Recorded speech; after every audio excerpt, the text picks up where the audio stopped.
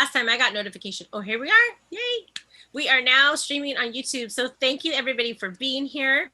This is our Lightworkers Secret to Success. And today we're having a little chat about being addicted to the 3D and what that may mean. So we have Adam and we have Rebecca and Pamela and Colette and myself. And we have a star guest today, Marta. And we just wanted to have a conversation on being addicted to the 3D and what that may mean. Marta and I were having a conversation a few days ago, and it just kind of organically popped up. So I said, let's have a talk about it. Let's chat about it, right? So,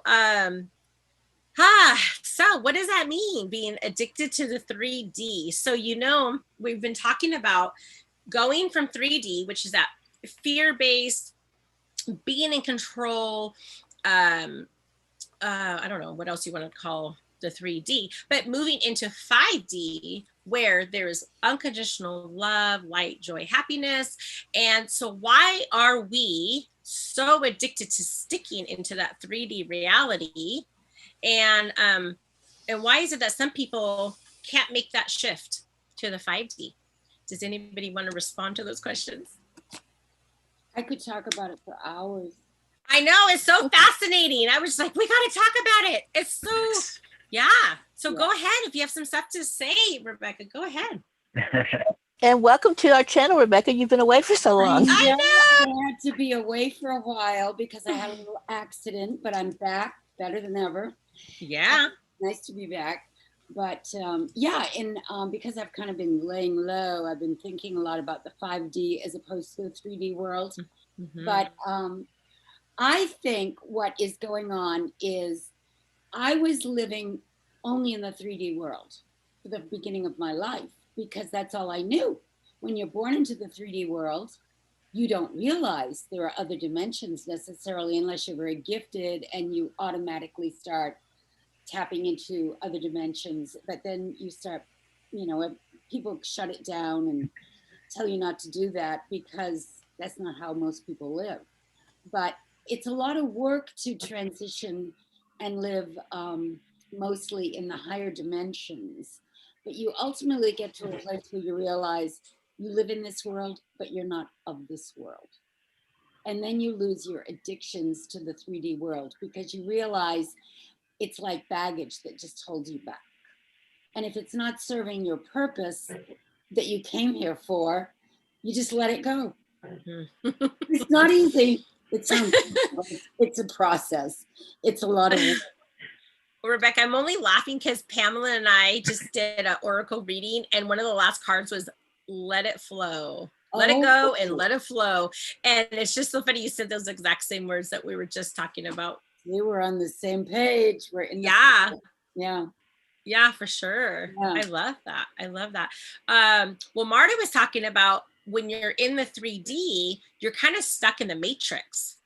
So does anybody want to talk about that and what that may mean? Adam knows a lot about the matrix too. We should just have a couple of hours to listen to Rebecca. I know. I'm going to do a workshop this month. I'm going to do a little thing for Acorn Life Mastery. Nice. The new, and we should let people know we're all founding members of this incredible community that just started, Acorn Life Mastery, and people can join it. Nice. I love it. So I do have to say, Rebecca, that when I heard about your accident, I knew that you were going to come back from it immediately, just because I know where the space that you go into. And that's the space that I'm working on getting to on a regular basis, without having to, go into a meditation. So awareness of that, that 3D or the matrix is quite fascinating. But I will share with you guys that about a month ago, that that awareness that we are part of this matrix, like I had that moment and I went, oh my God, it's a split second moment. It happens.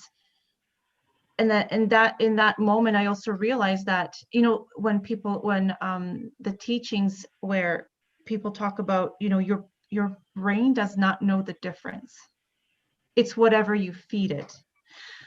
So in that moment, I said, it just dawned on me. I got it. I'm like, my brain doesn't know the difference. My brain does not know where I'm sitting, where I am, that, you know, this is my reality right now. So I just went off and I just envisioned myself in that beautiful home, in that energy, and I just went off with that, with the imagination piece, and it was wonderful. It was very empowering, and that was the moment that kind of ingrained that matrix part of it. It's we are all powerful. We can all be even that much more empowering to ourselves and to others by having that awareness, right? And now the trick for me is to kind of be with that, be in that, right? And I think that's what you and I, Amanda, were talking about, kind of what is the addiction to the 3D? Well, I know you and I were, when we were talking, you were saying, I just want to be within. That's a happy place and I want to be there. And I'm like, but don't forget, you have to be here too. There's a balance between the two. And you know, as and are we addicted to the 3D, or are we just kind of like sucked into it because that's the only reality most of us know? One of the cards that came up today for Pamela and I was guilt. And when I was reading it, I was like, because we're talking about like awakening and all that stuff. And I was like, gosh, like you feel kind of guilty because, you know, when you're talking to people about something that is relevant in your life, and then you have this awakening, you're like, I feel so guilty because I was wrong. I told them the wrong information, and you want to go back and circle back. But then, you know, if you do, they're just going to be like, okay, I don't know what you're talking about. You're crazy, but it's holding that guilt within you. And so one of the cards was like, get rid of all guilt, get rid of that guilt from the 3D. And so that was a good card that everything we're talking about, like every card was is what we're talking about. So I would encourage you guys all to go and listen to that oracle reading, because we always do it for the collective. So it's really fascinating. Well, Amanda, like for many people, they don't understand like what guilt is and what it does to your vibrational levels. Yeah. And the second that you feel guilty, I mean, that's and I mean, there's speculation when I say they. Who are they? That's what they want. Yeah. You know, and I mean, that's a whole nother rabbit hole to go down. But sort of what Marta was talking about is the matrix. And for many of you that don't know this, but there was probably the best documentary ever made, and it was made into 3 parts. And it was called The Matrix. It was called The Matrix Reloaded and The Matrix Revolutions. That was not an entertainment movie. If you go back and you study it and you pick it apart like a documentary could be or would be, you will start to learn that that's what the producers of that movie laid it out for you. And I honestly believe right now, if you can pull yourself out of the 3D world and sort of have a 100,000-foot view looking down, the very last scene in Matrix Revolutions when Smith and Neo are fighting, I think we're in that right now. I honestly do. And even though that, you know, Biden was, you know, declared the winner from the media, it's like at the very last scene where he's like, is that it? Is it over? Did I win? And it's just like, no, Neo's like, no, like you didn't win, and you're right. Right. And it's just 2 massive forces going at each other. And the very, very last scene, if you guys don't remember the movie at all, but it goes into the Oracle and the Architect, and they're talking, and the Architect, you know, you played a very dangerous game, and the Oracle is, well, change always is dangerous, or I can't remember what she says. I can't remember her exact words, but change is always dangerous when you're trying to make this big change. And that's really what's happening, is that we're really, the 3D world is coming to an end because there are so many star seeds here right now, and they are vibrating at a different level. I was looking at the Schumann resonance graphs, and they said for the last 8 months that the Earth has been vibrating, like pulsating, higher than they've ever seen it before. So, I mean, for those of you that are skeptical and don't know, I'd highly recommend, like, if you need the scientific data to prove it, well, that's scientific data. Like, they have been measuring this for a long time, and they've never seen it pulsating like that. So what that means is that, you know, we're not these physical beings and we're just experiencing things. We're actually spiritual beings having a physical experience. And what happens is when you're addicted to the 3D world, is you think it's the opposite way around. You think that, you know, time is all that there is, even though Einstein told us over 50 years ago that time is only an illusion. There's no such thing as time.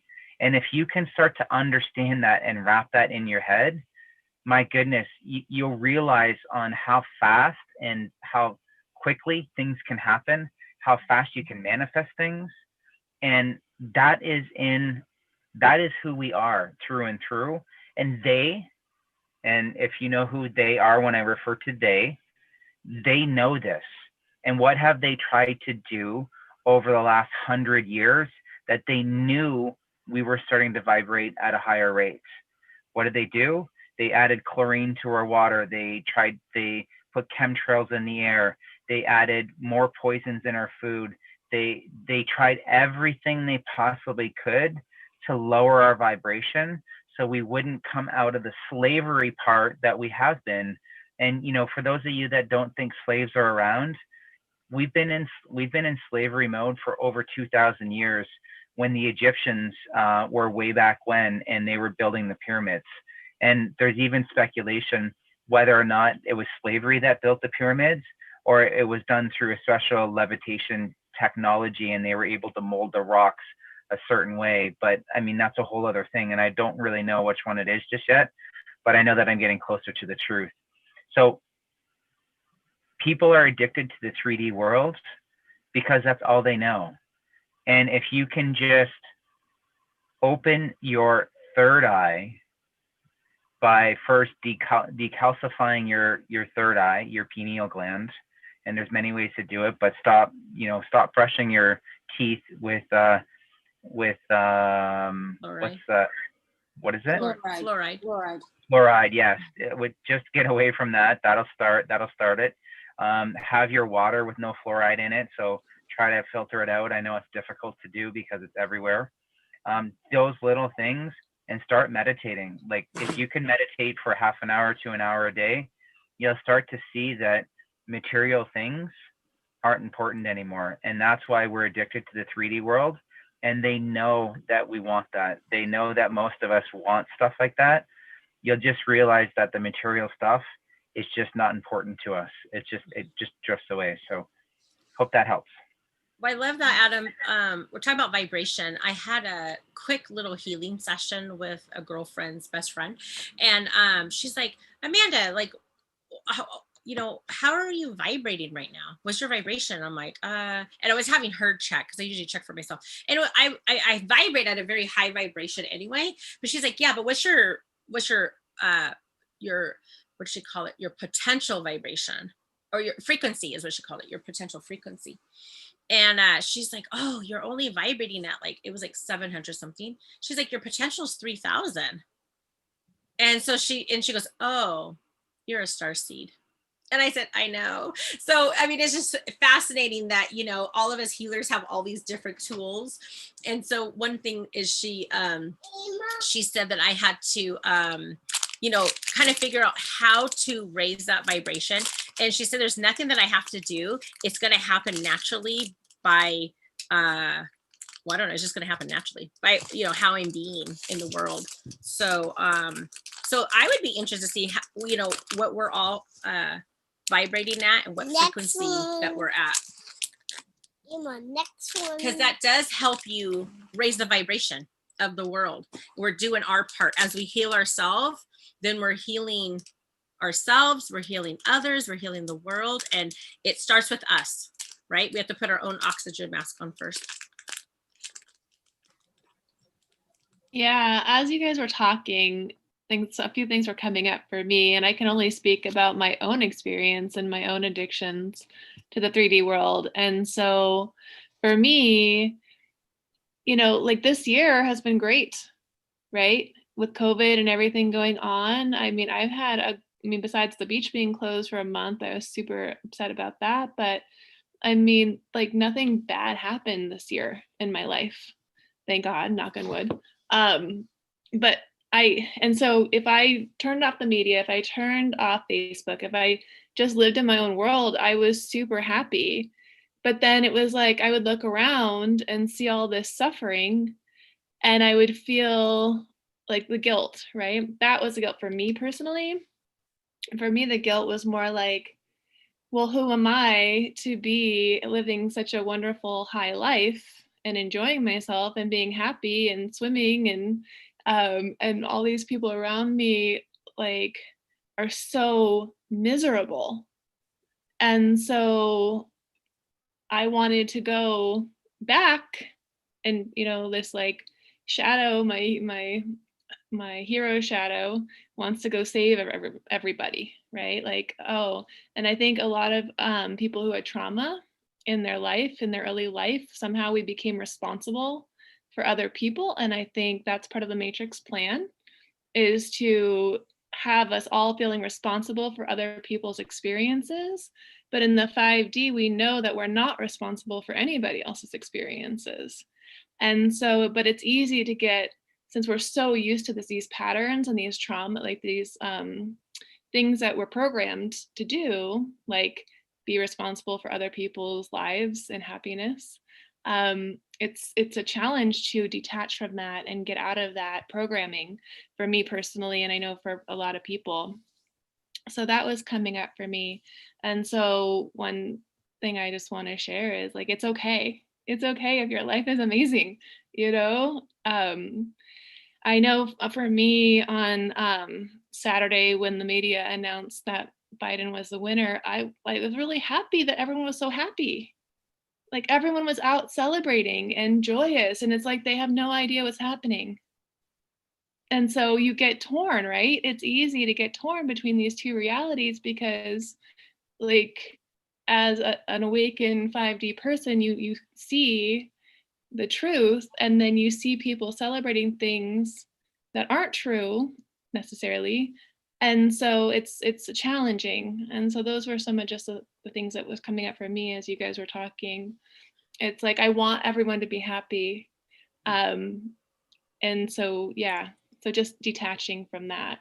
It's funny you say that, Colette, because as you're talking, let's look at this energetically. So they have this president-elect, right, that has been called, and everybody's so happy. There's no riots, there's no nothing. Yeah. But they were so miserable before, right? They were upset and miserable. They were out protesting and rioting and causing a lot of damages, right? And being mean to people, like their loved ones. But here we are, here they're so happy. Maybe that's what they needed to raise the Earth's vibration. Just that little bit of happiness. Even if it doesn't stay that way, I mean, I don't know what's going to happen. I mean, I have a feeling I know what's going to happen, but in the future, maybe they needed to raise that vibration so that if something, if it goes the other way, it won't be so devastating. And because their vibration. Have you ever heard the expression living in a fool's paradise? But a lot of people do that. It's like the people that are so mask oriented, they can't go for a walk in the woods without it on. Oh my gosh. Or they think they're gonna die. Or they can't drive without it. What kind of insanity is that you can put yourself in? I just sent a meme to my girls, and it was similar to that. It had it's my daughter to my girls, anyways, and it was like the news was saying 2 + 2 = 3, and so then all the sheep underneath were like 2 + 2 = 3, 2 + 2 = 3, 2 + 2 = 3, and then the other guy, he's like running, and he's like, no, 2 + 2 = 4, and they're like, get him, he doesn't know what they're talking about. And it was like, they're because if you're watching that mainstream media and then they're just like feeding that, they can alternate your your perception and your thought. And then people like us, we think we're in like some kind of twilight zone because we're like, that doesn't even make sense. Like, where's the logic in that?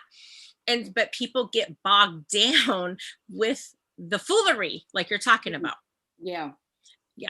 Like, The herd mentality. the herd mentality. Yes. Yeah. Yeah. They just blindly follow along with whatever's being told to them. Okay. Well, it's like Adam talks about The Matrix, another movie that when I first read the book, and then I didn't even realize there was a movie out, and it's the same thing, and it's the Celestine Prophecy, and it's written as a fictional, but it's very much real, because in that thing, one of the premises is that there are certain individuals who manage to raise their vibrations to such a point they actually ascend. And then there's a couple who are right there on that edge. They've ascended, but then they get pulled back into what's going on in the 3D world. I like that. I like that. And so it's like it's a fictional book, but it's like, yeah, no, it's not fiction.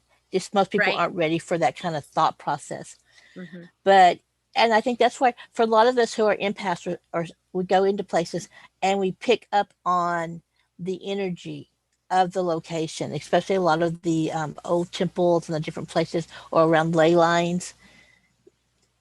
If you're not connected to the 3D and what everybody sees as being factual, and you're attached to more than that, and you're open to receiving, and your vibration's high enough, you're picking up on that. You'll see those different things.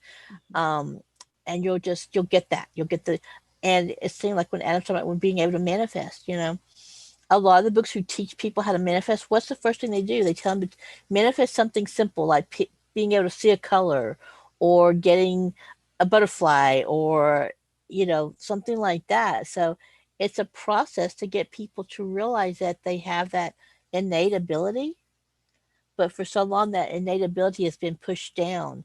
I mean, what do you see parents do for kids? Oh, you're too old to have imaginary friends. You're too old to be spending that time daydreaming, instead of encouraging. And so I think that's part of the danger for a lot of people, is that addiction to that 3D world, is because for so long that's been how it is, and people have been pushed towards that, right? So it's a process that people have to, all of a sudden they have to wake up. And we've talked about before how, sometimes they may need that black pill. They may need to be woke up so they can make the choice, right?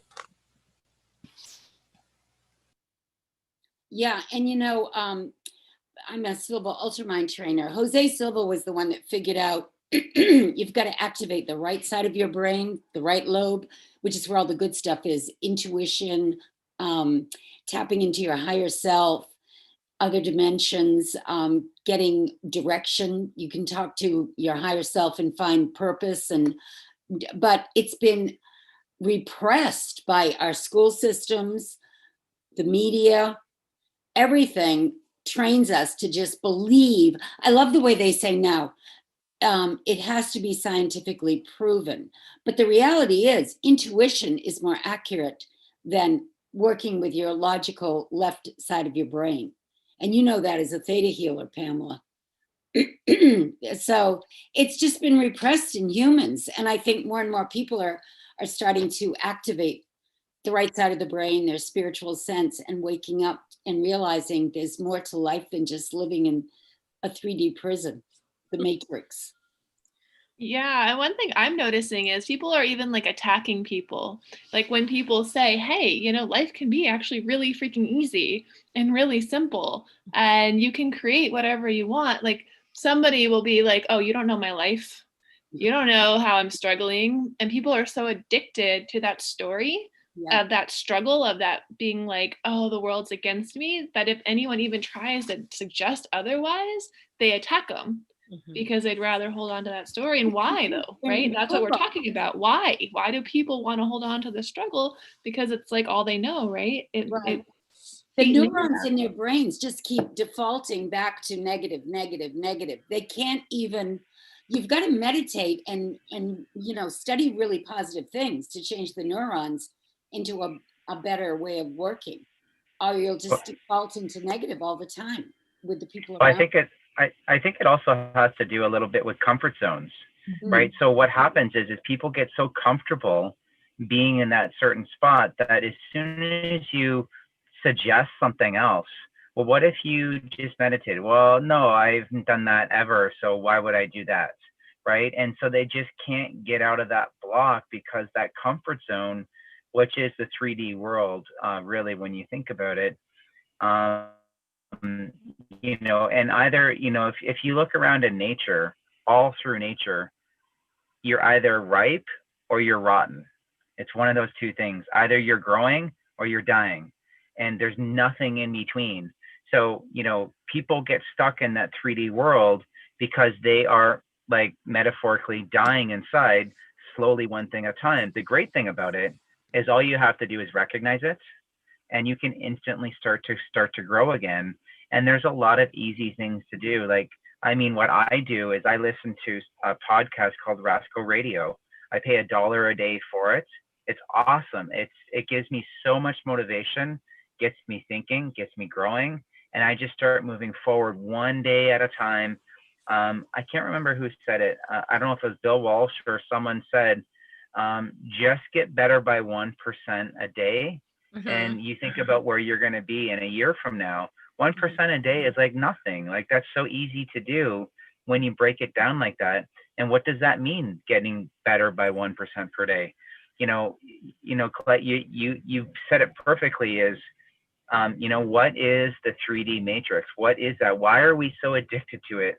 We're so addicted to it because, you know, it's like sugar. When you have sugar, what it does to your brain and how it lights it up, and what happens is that once you have it, it's very difficult to let go of it, right? And so by listening to those podcasts, or by meditating and decalcifying your pineal gland, all those little things start to add up into major things. And once you start to get that, it's like an addiction to the 5D world. And it just starts, it's like that snowball going down the hill, just gets bigger and bigger and bigger, and more and more and more. And you really start to learn. And then pretty soon you're able to snap your fingers and, okay, I want a new car tomorrow. And you figure out a way to get a new car, right? Or I want to live in a house exactly like this. And all of a sudden you wake up and you're like living in that house and you don't even realize it, right? That is the 5D world. And I mean, if that's something that you want, just know that there's easy steps to do that. Adam, I agree with you.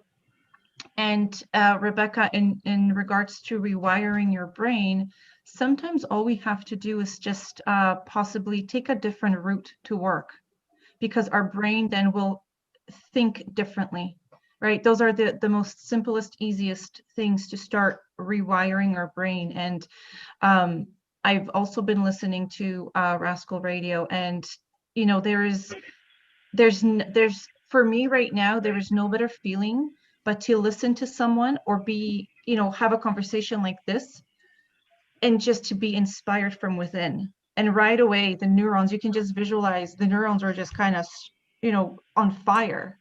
And it's creating confidence. It's creating that energetic, it's creating energy. And there was the other thing I wanted to point out is that in the 3D, we are comfortable, we feel safe. It is our comfort zone. And there is one thing that I've been listening to from Joe Dispenza. I've been kind of trying to understand or really feel in my life from Joe Dispenza, is that we can't create from the comfort. We have to create in the unknown. Right? So we can't predict the future. We can only create the future. So when we shut, Pamela, I can't remember if it was Pamela or Rebecca who said that when we shut down the creativity in our children, we shut down their ability to create, to live in the unknown. This is where confidence building comes in. And myself as an adult now, I'm going, you know, I feel like I've been really gypped. Why didn't I know this better? Why didn't my parents know this?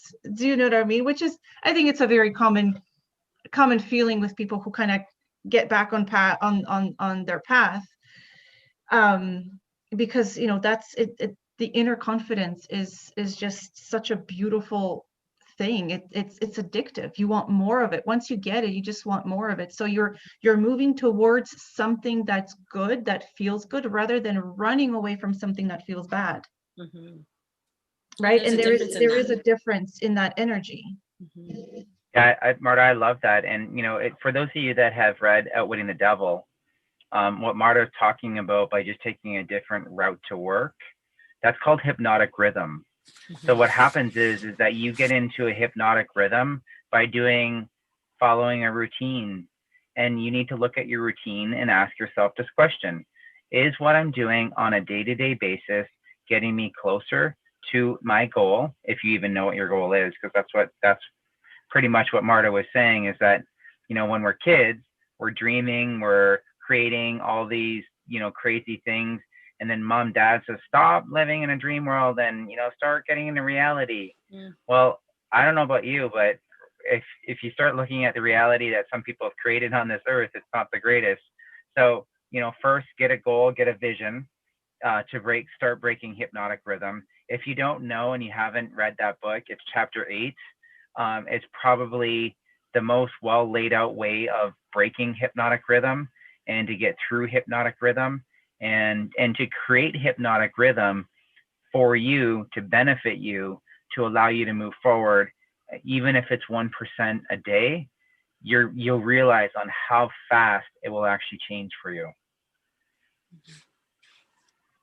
I know with my older kids, I was always like on the go. We didn't have time for play and that kind of stuff. And I'd be like, come on, let's go, let's go, let's go. I had one daughter that I always said, oh, you're always in the clouds. And I'd be rushing to get him to daycare so I could go to school and work. And she was just so slow. And I'm very fast paced. I'd have to like go and like pick her up. But she would literally stop to smell the roses, literally. On the way to the car, she'd stop and look at the beautiful rainbow in the water puddle, and she'd just say, mommy, look at the pretty rainbow. And she was just always just and I used to tell her, God put you into my life to slow me down. And I truly believe that.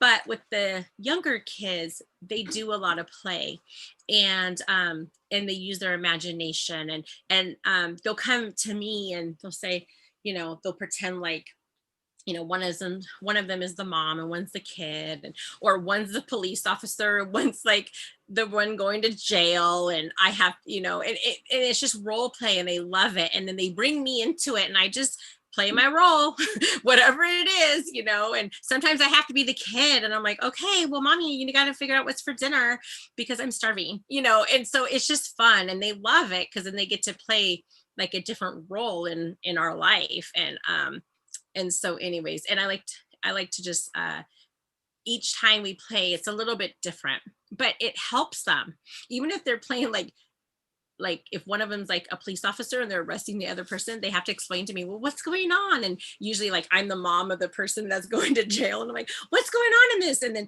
they'll say, well, she did this and she did that, and then she has to write a ticket. So it's like learning to like write things down, because this is when they were younger and still learning to write. So we bring like education into it. I'm like, well, where's the ticket at? I have to see this information, and so I'd make her like write it down and make it kind of educational, and it's fun. We just do it. And I mean, it doesn't last forever, but before, when I was so busy, I would like, I don't have time for that. Like, go play with your sister or brother, whatever. But now I've learned to stop and take a breath and play with them, because I learned that the hard way, because I wish I could go back and play with my bigger kids and give them a little bit more time, a little bit more of my time, because I was really extremely busy. So reminder, if you have little ones, who cares? Get into their world.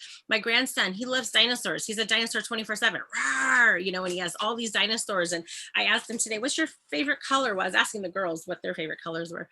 And then my grandson popped up and said, green. Mine's green. I said, oh, your favorite color's green? He goes, yeah, because that's the color of dinosaurs. I said, well, of course, naturally, that'd be your favorite color. I was like, it's a great color. So, you know, and that's his life. That's his reality. He lives in it. I said, were you a dinosaur in a past life? And he goes, yeah, Ema. I said, I know. You know, developing imagination in children is key to becoming a good manifester. Because you use your imagination and use visualization. And they know for a fact that if you put a really small, tiny child in front of a TV for hours and hours, they're just taking it in, and you don't use your imagination like you do if someone's reading to you or you're reading a book. So that's why it's really important for young people, little kids especially, to get that, because then you can use it's your imagination. Neville Goddard went so far as to say, and he was a student of the Bible inside and out, he believed that your imagination is God within you. And that's exactly how you manifest. You visualize it, you feel like it's already happened, and bingo, it happens. And that's why the 3D world can almost be kind of fun, playing games to see what you can manifest. Yeah, what you can manifest. My girls, they want a house, they want their own bedroom. I said, well, manifest it, girls. I said, you're in charge of it. And I say, write down, draw it out, put everything you want on your walls, the bed set, everything. Just keep focusing on that every single night, and we will manifest it. Beautiful. I do that with Christian. We'll be kind of just having conversations, and he'll say, oh yeah, when we have a house, this is what I want. And I said, yeah, let's keep adding that to our list. But I'll just like what you said, Amanda, I'm going to get him to start drawing.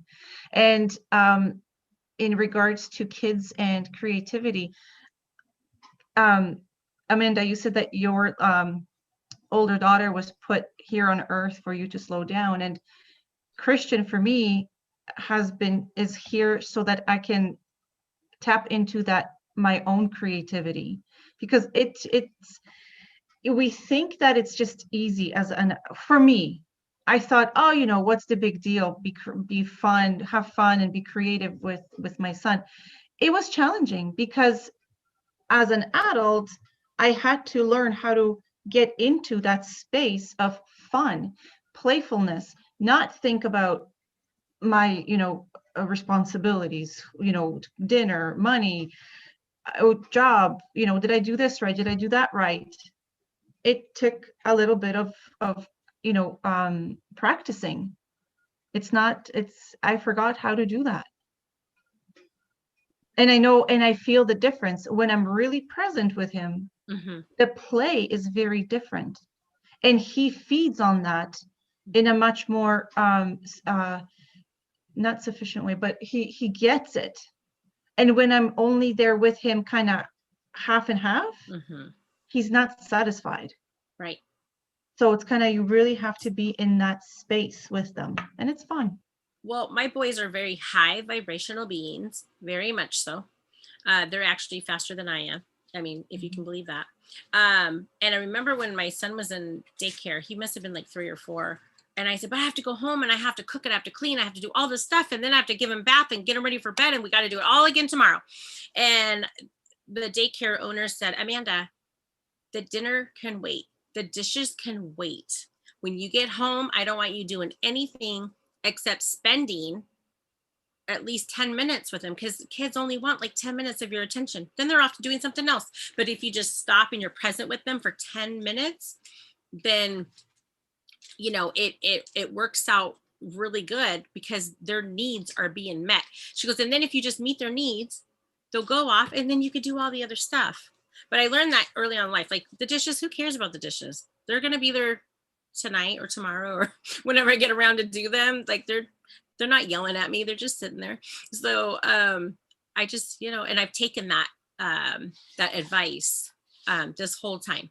So I kind of changed my priorities around that because I was always as a young mom, I think one of our main focuses is everything has to look perfect. Everything has to be perfect. And if not, then we're not perfect parents, right? Or I'm not a perfect mom. And so having that guilt of not having things perfect, not having the laundry done, or not having everything tidy, I had to get over that guilt real quick. Being, having small kids all, in the same age. So it goes with that guilt again. because you can have guilt in any area of your life, and you have to learn to let that go. You can it's kind of fun to play even as an adult, like if you have a partner or if you have like sisters or siblings where you switch and become each other.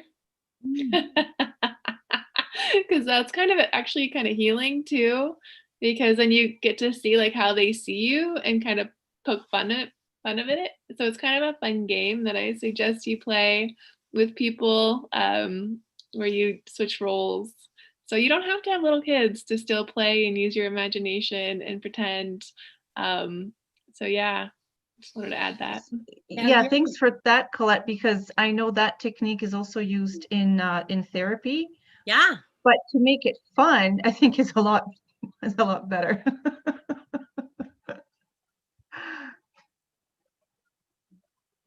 Very good. Well, I love this conversation. I know we went kind of over our time. We try to keep it about 30 minutes, but we were so engaged on this topic. It was wonderful. And so we're talking about being addicted to the 3D, but from what I hear from Marta, she's addicted to the 5D. And there's several people here that are addicted to the 5D. So I want all of those 3D people that are addicted to kind of switch their addiction to the 5D. So, okay. Oh gosh. Thank you guys so much for being here tonight. If you are watching our live or watching the replay of this, please, please, please like and subscribe, share this, comment. We want to hear from you guys. We want to hear your comments so that we can respond to you. So we just thank you so much. We do this every Friday night. We just have a topic. If there's a topic you want us to talk about, put it in the comments and we'll put it together. On Monday nights, we interview somebody, and usually an author or another light worker. And next week, on Monday, we're interviewing a gal named Carla. So please join us. That's going to be at 7 p.m.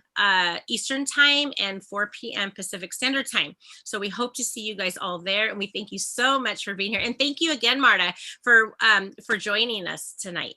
Guys, it's always a pleasure to hang out with the 5D people. Well, we do it every Monday and Friday. So just let us know when you want to come back. Sounds great. Okay. Thanks so much, guys. Thank you. Bye, everyone.